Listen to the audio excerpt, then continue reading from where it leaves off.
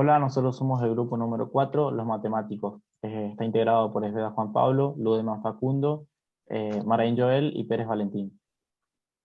Bien, en esta ocasión vamos a hablar de redes de conmutación, circuitos lógicos. Primeramente debemos saber que una red de conmutación es aquella que permite la transferencia de una señal entre un usuario y otro, es decir, entre un emisor y un receptor.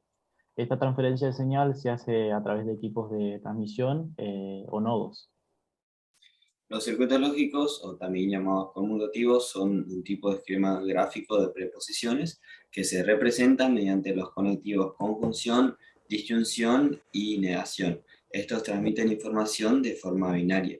Están formados por cables e interruptores que conectan terminales que llamaremos T1 y T2. Consideramos dos tipos de circuitos lógicos, que son los circuitos en serie y los circuitos en paralelo. Los circuitos en serie son aquellos cuya representación es una conjunción y los interruptores se encuentran uno seguido a otro.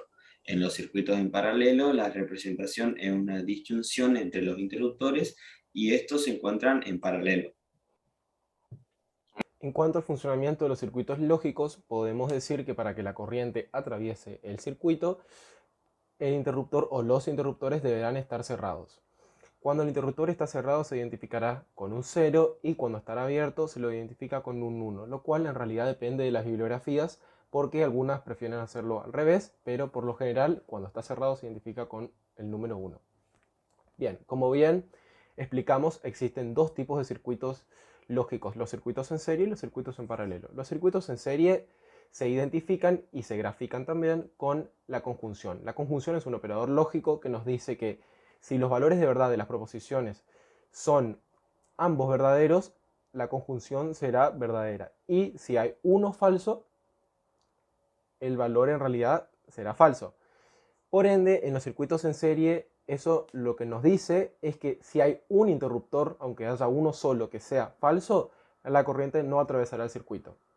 No es así con los circuitos en paralelo porque en la disyunción, que es el operador lógico con el que identificamos y graficamos este tipo de circuito, no necesariamente no necesariamente tienen que ser los dos verdaderos para que la disyunción sea verdadera.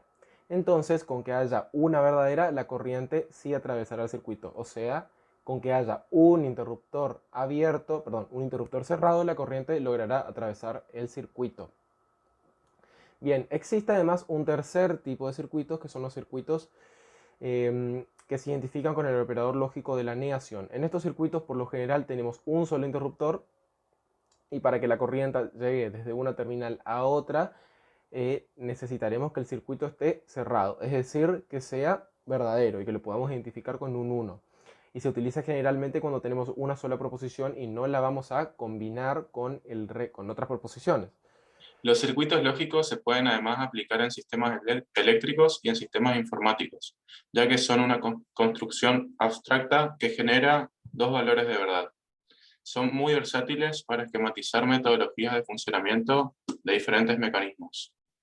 Con lo que respecta a nuestra carrera, la lógica proposicional es utilizada para el funcionamiento de diversos algoritmos, siendo que dependiendo de los valores de verdad que tengan cuando se asigna una acción, repercuten las acciones siguientes, al flujo del algoritmo y al resultado de este. También es utilizado para la creación de circuitos electrónicos. Es la base para la construcción de chips hasta procesadores. Con el grupo pusimos un ejemplo de circuitos en serie y otro de circuito paralelo.